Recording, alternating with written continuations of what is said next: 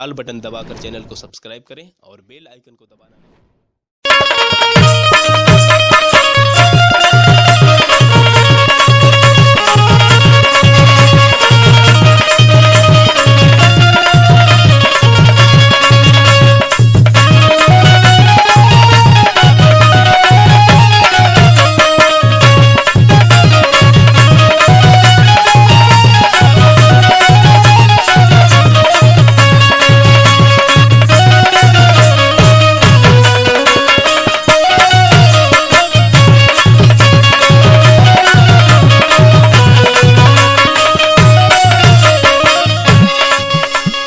सबसे पहले करुणा के सागर तथागत गौतम बुद्ध जी और परम पूज्य डॉक्टर भीमराव अम्बेडकर बाबा साहब जी के चरणों में और हमारे इस बहुजन समाज में जन्मे सभी संतों महापुरुषों के चरणों में मैं श्रद्धा का सुमन अर्पित करती हूँ।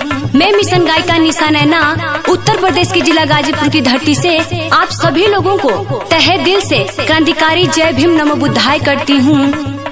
देखली सपनावा हयोइले भवनवा बाबाजी महान,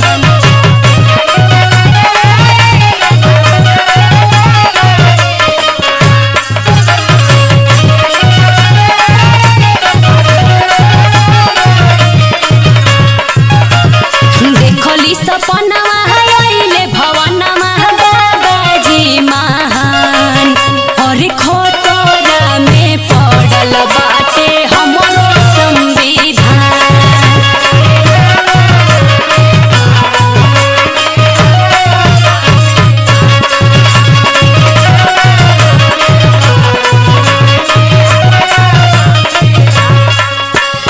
देखली सपनावा हयोइले भवनवा बाबाजी महान, देखली सपनावा हयोइले भवनवा बाबाजी महान, और खोतरा में पड़ल बाटे हमरो संविधान।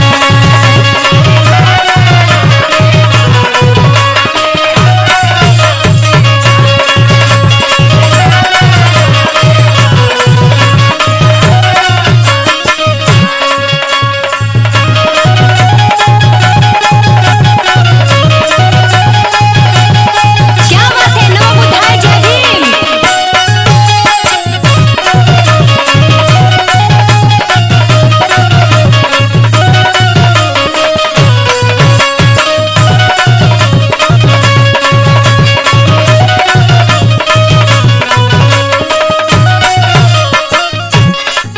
बाबा को हत रहले जल्दी से तू जागा बहुजन,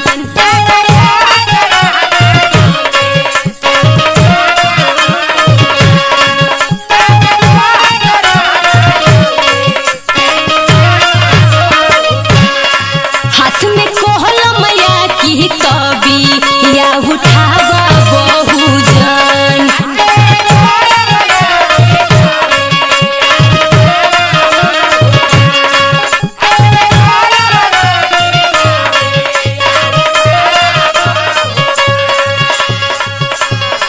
बाबा को हत रहले जल्दी से तू जागा बहुजन, हाथ में कोहलम या की तभी या उठावा बहुजन।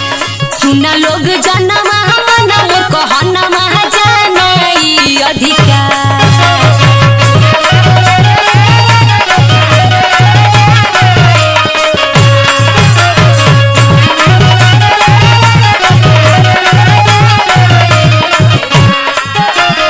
सुना लोग जनवा मनवा कहनवा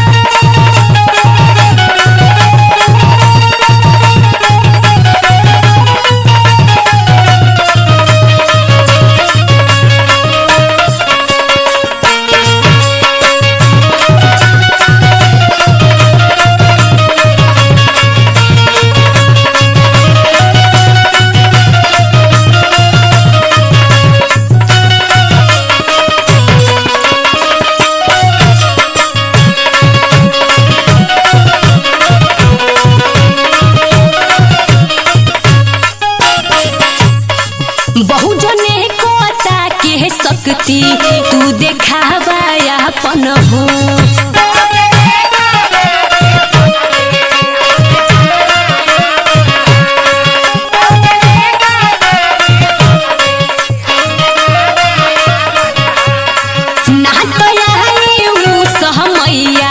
बनी गुलाम जन जन हो।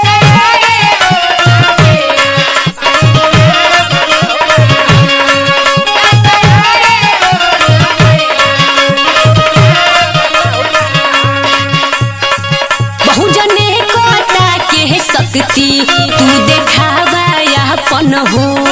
ना तया सहमैया बनी गुलाम जन जन हो। पढ़ी के किताबे